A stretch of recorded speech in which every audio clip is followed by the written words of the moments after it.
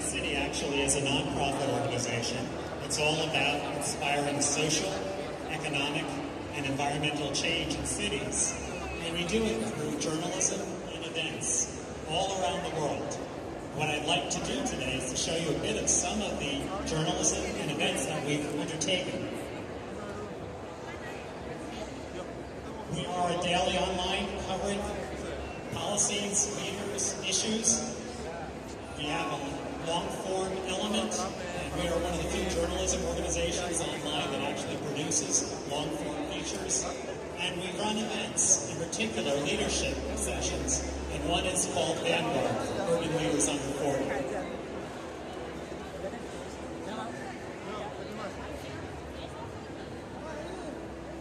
So I'd like to quote our famous philosopher, Yogi Berra, who was a famous baseball player, who said, "The future ain't what it used to be."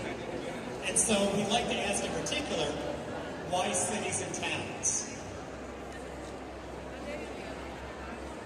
And so this gets to one of the questions that Anna Marie was asking me before about why do we cover cities in particular.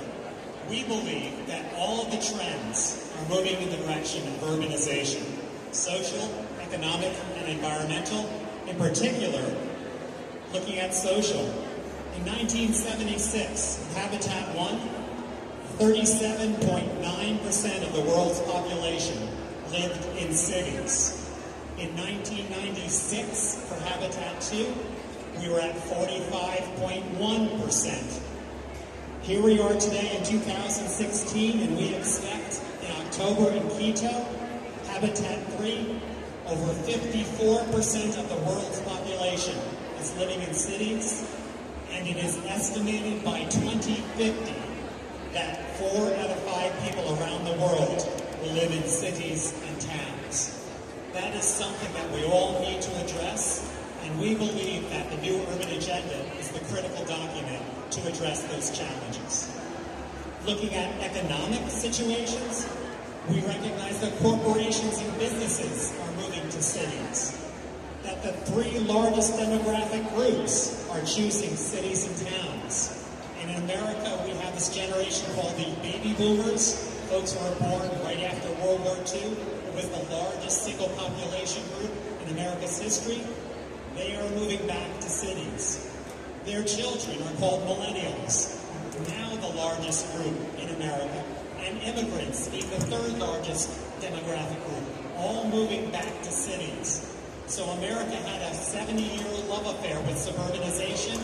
It's changing and changing before our eyes. And then third, last but not least, environmental. There's an environmental reason to promote cities. We believe that actually we can promote transportation systems and quality of life that is less harmful to the environment. So, John, you talked about environmental, you talked about social, you talked about the fact that cities has gone from 30-something to 50-something in the space of a very short time. Why does Next City feel like these things are, I understand why they're urgent and important, but what do you feel is your role? What is your value add to this conversation? We believe we have a responsibility to inspire change.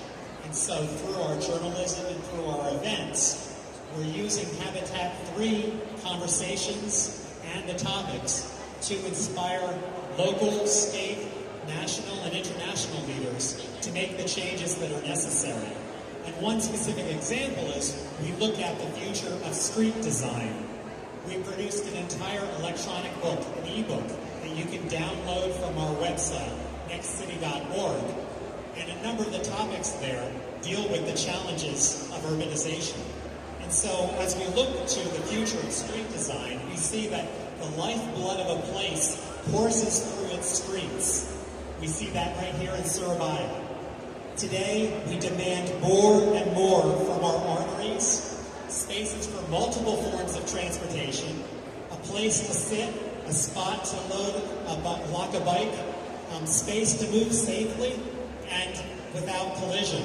And the e-book provides ideas and recommendations for practitioners as well as for government officials and others. We have other documents that actually address these challenges, looking through information and experimentation, looking at smart cities and technology. That the Internet of Things is totally transforming cities, and that transportation and ferries in particular are using this. We try to encourage new thinking and resilience and sustainable design. So in particular, looking at the science of building better bridges, and then how do you fix cobblestone bridges and roads to make them more livable and to make the quality of life greater. So question, sounds to me like your job is to scout out what's the future of cities, of urbanization, what's relevant, urgent, important, and then bring that to us. How do you, with a small staff, you're how many people? We have 7 full-time staff. With 7 people, how do you do this effectively, efficiently? Well, part of it is we rely upon all of you. So on our website, we actually have a button that says, pitch a story. So we ask you to tell us what's happening in cities around the world. We contract with writers, and they're amazing people. They tell first-person stories. They tell stories about the changes they're seeing. And one of the examples is we focus on infrastructure in a rapidly changing world. How do we address the driverless car and the challenges that are coming from that? How about the issue of public transportation? And then looking at the idea of buses and how, in particular, in a city like Houston, they changed the bus system, just the software on where buses would go, fundamentally transformed the city. Now development is happening in places where people are taking the bus. So it's ideas like that. It's ideas such as providing issues and challenges about equity. And so I know in particular the Ford Foundation is very concerned about inclusion. We look at transportation as one of the ways to address equity going through. What should a 21st century transportation system look like? And so we actually interview folks and provide data. Looking at bike equity, and I love this quote, if the United States can't foster equity on 2 wheels, what hope is there for more entrenched issues like fair housing and income inequality? So looking at all of these challenges, we're actually thinking a bit about how do we bring this to world stage. And so when the Pope came, he was inspiring to all of us. When we were in Paris for COP21, we found that the challenges and opportunities of climate change are critical and need to be addressed. We were part of a number of side events, including work with the cities and with mayors. And so here we are today in Surabaya, dealing with the challenges of addressing these issues. And in Paris, we saw in particular how IKEA had installations to encourage people to think about that. So here in Surabaya and in Quito, we have installations to encourage people to think about what's the new urban agenda. Tom, what are you doing here in Surabaya? Don't gloss over that. So right here, in booth number 7, we actually have information and we're videotaping people. We ask you to come stop by our booth, and we're going to be looking for you to answer the questions, what should be in the new urban agenda, and what should cities in the 21st century be all about? Those videotapes will be compiled into a large file, and we'll actually be showing them in Quito as part of the world stage. As part of that world stage, we'll also have artists from all around the world. And so some of these artists that you'll see before you are from Hong Kong, or from Lagos, or from New York City, or from New Orleans, or Amsterdam. We have folks who are from Philadelphia and from Australia, from all around the world. And what we're trying to do through our artwork and through the journalism and the events, tell the story of cities in the 21st century and inspire change so that the new urban agenda is real. We're looking for actual implementation devices. Where are there case studies of urbanism working in the 21st century?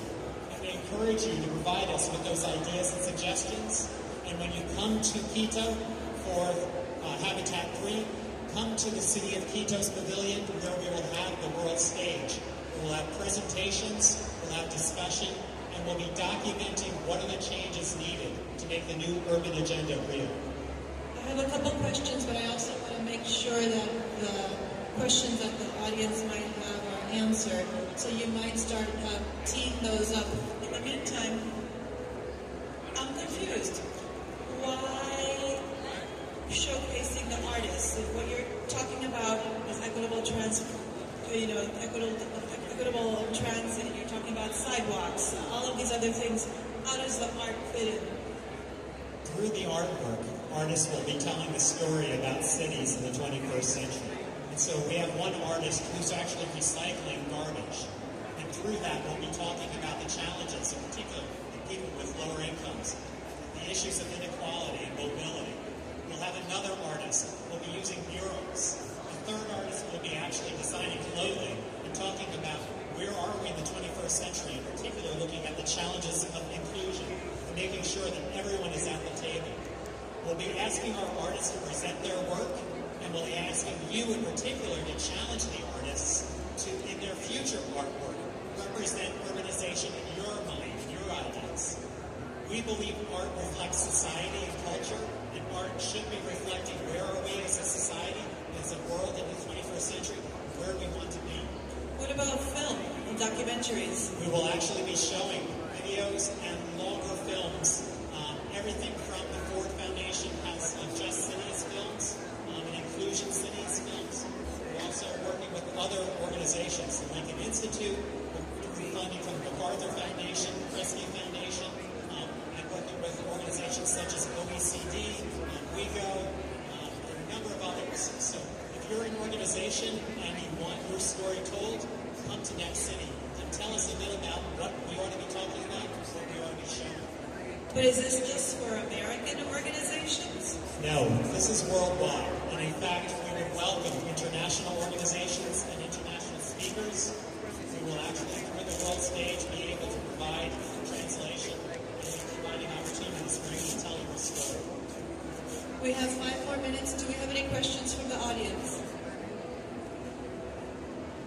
Yes, sir. Please identify yourself.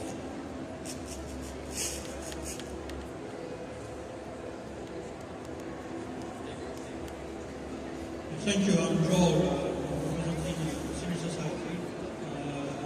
My company is Business Innovation Research and Development. So I have many questions. I just want to ask one. I was just thinking about the cities which is left, leaving no one behind.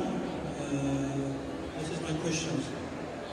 Cities, do you think that the 21st century cities there will be no poor people, full employment for everybody, and decent work, decent housing for everybody? I mean, if listening to the theory of housing is very nice, but when you come to implementing housing for everybody, for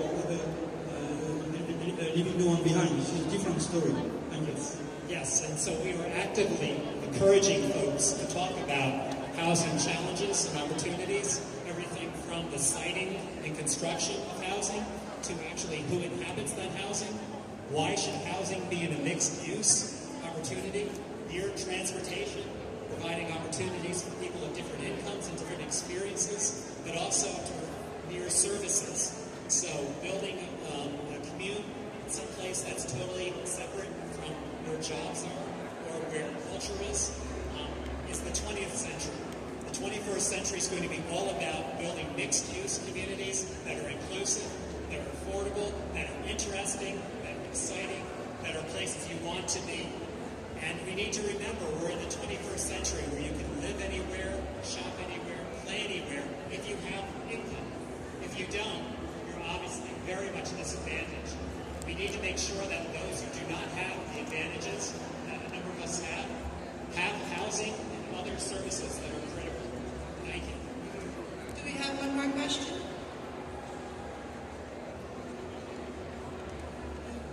Looks like not. I'm very excited about this opportunity, Tom, because as I hear you, it means that we will have in Quito an opportunity to go to a lot of side events that are official, that Habitat has put together, and there's going to be a speaker's corner there as well, just like this. But in addition to that, it seems that you are inviting civil society and all of the partners that are here to propose to you other ideas or events that can then get the word out on all of this good activities and policies and practice that are happening in the world. So you're giving us yet another venue, and I appreciate that because we can never, we can always use more and more good ideas. Well, we very much believe that everyone has a role to play in the new urban agenda, that every person is valuable and every person's opinion is valued, that to truly be inclusive is to ensure that planners, government officials, business people, architects, everyone be at the table. And so, there is no silver bullet that's going to solve all of the problems, and there is no one person who's going to be able to do that. The Next City tries to provide the voice for all of you to actually raise the challenges and to start exploring together what are the possibilities. So with that, we'll close. I invite you to go to booth number 7 to visit Next City. Please, come to booth number 7. And I invite you to give a round of applause for our panelists. Thank you. Thank you all very much. Thank you, everyone. Thank you, the Ford Foundation.